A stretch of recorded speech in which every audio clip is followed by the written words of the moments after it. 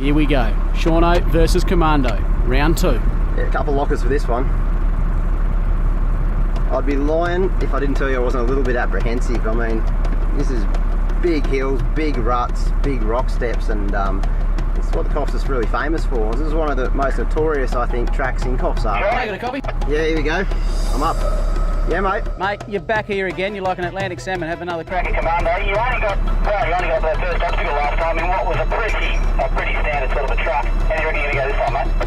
Well, mate, look, if I get past that first obstacle, it's all positive. So let's hope I get past there. I've got nothing but 100% confidence, mate. I reckon you're going to eat this for breakfast. It's always good to come back, I reckon, have a crack at something that beat you before, and I think you're going to kill this. Yeah, cool, mate. I'm going to bring her up, I think. Let's do it. The Dirty 30 to the top.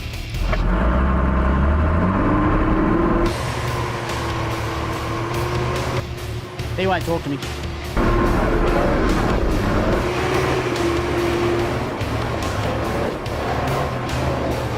Oh, he's nearly killed Dave. Oh, Dave's gone down. Oh, that was a committing line. That was the first bit. I actually nearly rolled on that bit before. Okay, he's past the point that beat him last time, and he did so with ease. Whoa, Struth, that is some wheel lift right there. Righto, nice. Next up, stage 2, the big ruts. Jono, mate, I saw a manoeuvre then that I haven't seen since the 2007 Summer Olympics. You came down, both came up, this wheel came off whilst this wheel was off the air, the other one came off, and you pivoted and came back down. This is it, arguably the hardest section on Commando, the crux. Make this and you've knocked the top off it.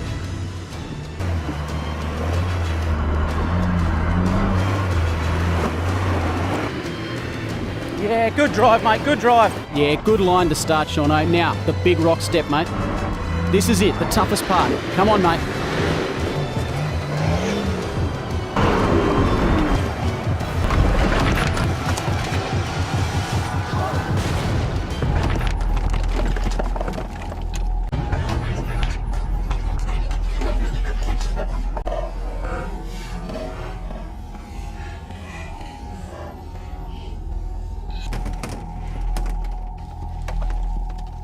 Wow.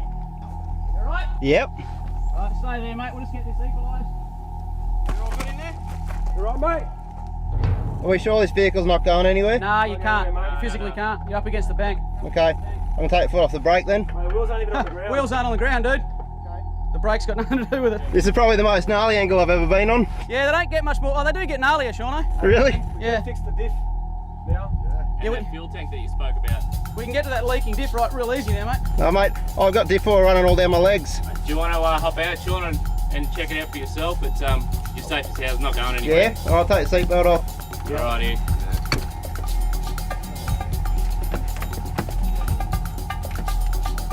I'll tell you what. Lucky I have my seatbelt on. Oh, wow. Wow. I don't even know how to get out of here.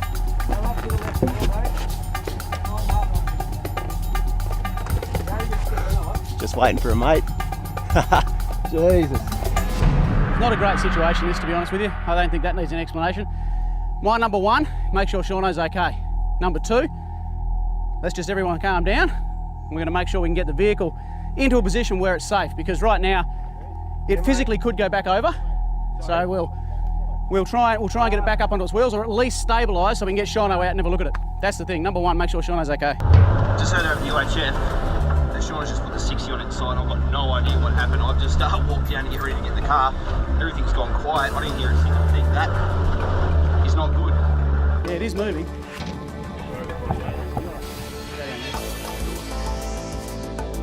That's the underside of my car. Yep. At least I made it further than last time. You did. You're nearly at the top. I know. I know. Third time's a charm, they say. It'll be a ballsy move next time you drive this. Yeah.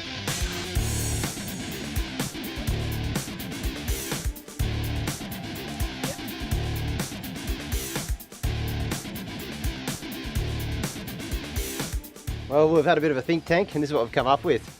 We've got a winch from Grant's going right out to a tree off a pulley block to hold the vehicle and hopefully pull it across. But we've also got a backup winch, which is Breno's Dominator on the GU there. So if anything does happen, which is very unlikely, one of the straps to break or something, we've got a second winch on the vehicle. And I've even got my Dominator out here and secured to a tree up there. So at the end of the day, my vehicle can't go backwards, it can only come across. So the plan now is to get it back onto our wheels. Now we'll probably have to pull it back off this bank and position it back in the middle of the track. There is a lot of advanced winching techniques at play here, and it really is a team effort. The key here is to take it slowly and double check everything, as well as keeping clear of all straps. Safety first.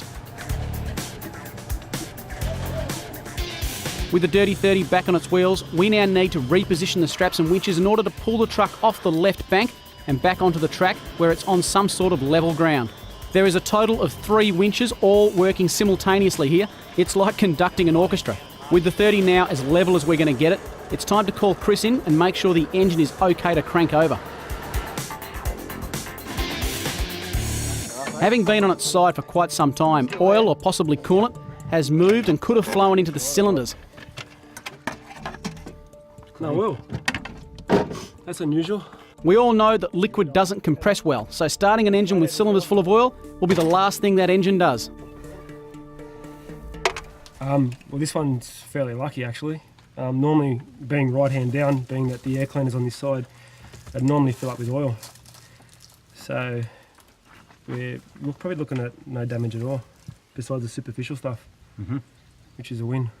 That's good news. It is. So what are you saying? We rip these injectors out Yep. before you start it, so Before any we- oil that's stuck Correct, inside because what will it. happen if there's oil inside the inlet, it'll want to fill up the valve, and as the valve comes up, the piston will hydraulic lock the piston. Yeah, sure. So the piston and valve will meet because of the oil, trying to compress the oil. Diesels need to have glow plugs removed. The Dirty 30 doesn't have any, so direct to the injectors and each one is removed in turn. The engine is then cranked over, forcing any oil out into the engine bay. That's what that blanket is for, to catch the oil, and make sure that it's free of the cylinders.